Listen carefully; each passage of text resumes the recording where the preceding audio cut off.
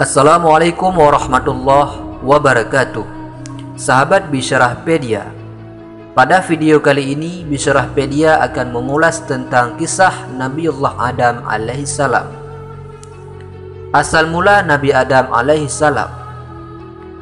Sesudah langit dan bumi, malaikat dan jin atau iblis diciptakan, maka Allah hendak menciptakan makhluk yang akan diperintahkan untuk mengelola bumi.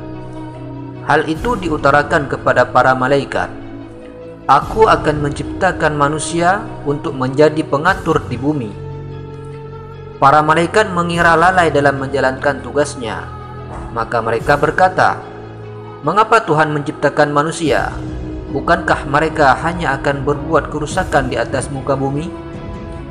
Mereka akan saling bermusuhan dan berbunuhan. Sedangkan kami para malaikat senantiasa patuh dan mengagungkan namamu." Untuk melenyapkan kekhawatiran para malaikat itu, Allah kemudian berfirman, "Sesungguhnya aku mengetahui apa yang tidak kamu ketahui." Para malaikat bungkam mendengar penegasan Allah itu. Bukankah Allah Maha mengetahui atas segala sesuatu? Demikianlah Allah kemudian menciptakan Adam dari tanah liat dan lumpur hitam. Sesudah terbentuk, kemudian dimasukkan roh ke dalamnya. Adam pun kemudian hidup dan bisa berdiri tegak. Allah kemudian memerintahkan para malaikat untuk bersujud atau menghormat kepada Adam.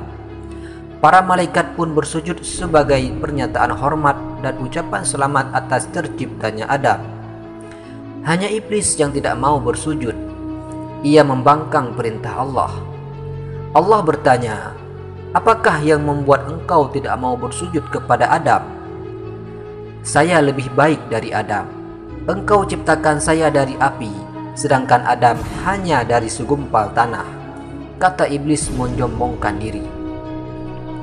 Yang berpendapat api lebih baik daripada tanah adalah iblis sendiri.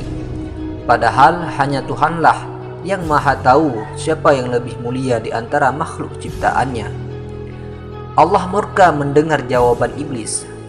"Hai iblis, keluarlah engkau dari surga.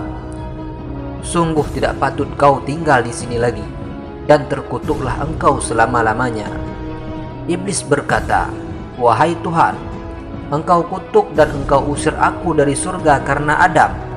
Saya rela, tapi kabulkanlah permohonan saya untuk hidup lama hingga hari kiamat nanti." Permohonan iblis dikabulkan. Ia akan dibiarkan hidup sampai hari kiamat tiba. Iblis kemudian bersumpah, "Ya Tuhan, karena engkau telah menghukum saya sebagai yang tersesat, maka saya akan menghalang-halangi Adam dan keturunannya dari jalanmu yang lurus. Saya akan mendatangi mereka dari muka dan belakang, dari kiri dan dari kanan." Itulah sumpah iblis.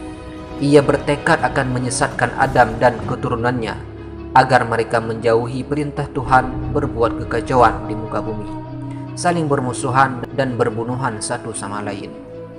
Allah berfirman, "Untuk melawan segala tipu daya dan akal busukmu, aku beri manusia senjata yang ampuh. Dengan akal itu, aku bimbing mereka dengan petunjuk-petunjuk agama.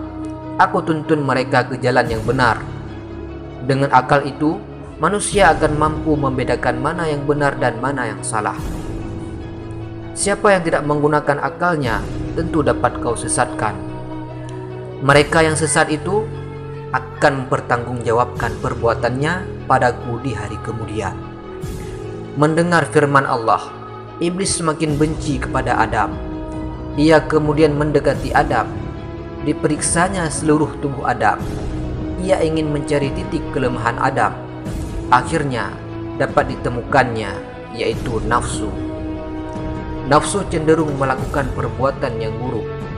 Bila manusia cenderung menurutkan hawa nafsunya, maka sangat mudah bagi iblis untuk menjerumuskannya. Allah kemudian mengajarkan kepada Adam nama-nama benda yang dilihatnya. Dengan demikian, Adam mengetahui nama-nama benda yang ada di muka bumi. Itulah pengetahuan pokok yang nanti diperlukannya untuk mengatur dan memelihara bumi. Kepada para malaikat, Allah ingin membuktikan kemampuan manusia untuk mengatur dan memelihara bumi. Berfirmanlah Allah kepada para malaikat, sebutkanlah kepadaku nama-nama benda itu. Maha suci Engkau ya Allah, tidak ada yang kami ketahui selain apa yang Engkau ajarkan kepada kami. Hanya Engkaulah yang mengetahui segala-galanya, kata para malaikat dengan penuh ta'zim. Hai Adam, beritahukanlah kepada mereka nama benda-benda itu, firman Allah. Adam kemudian menyebutkan nama benda-benda yang diketahuinya. Para malaikat kagum, mereka memberi hormat sehormat-hormatnya. Bukankah sudah kukatakan, aku mengetahui rahasia langit dan bumi. Aku lebih mengetahui apa yang tidak kamu ketahui, firman Allah kepada para malaikat. Para malaikat lalu memuja dan mengagungkan Allah. Mereka semakin menaruh hormat kepada Adam. Ternyata Adam telah mengetahui apa yang belum mereka ketahui. Allah kemudian memberikan Adam sebuah tempat yang nyaman dan sentosa, yaitu surga. Tempat itu indah permai. Segala kebutuhan hidup telah tersedia. Kebun surga penuh dengan buah-buahan yang rasanya lezat. Air sungainya jernih dan berbau harum.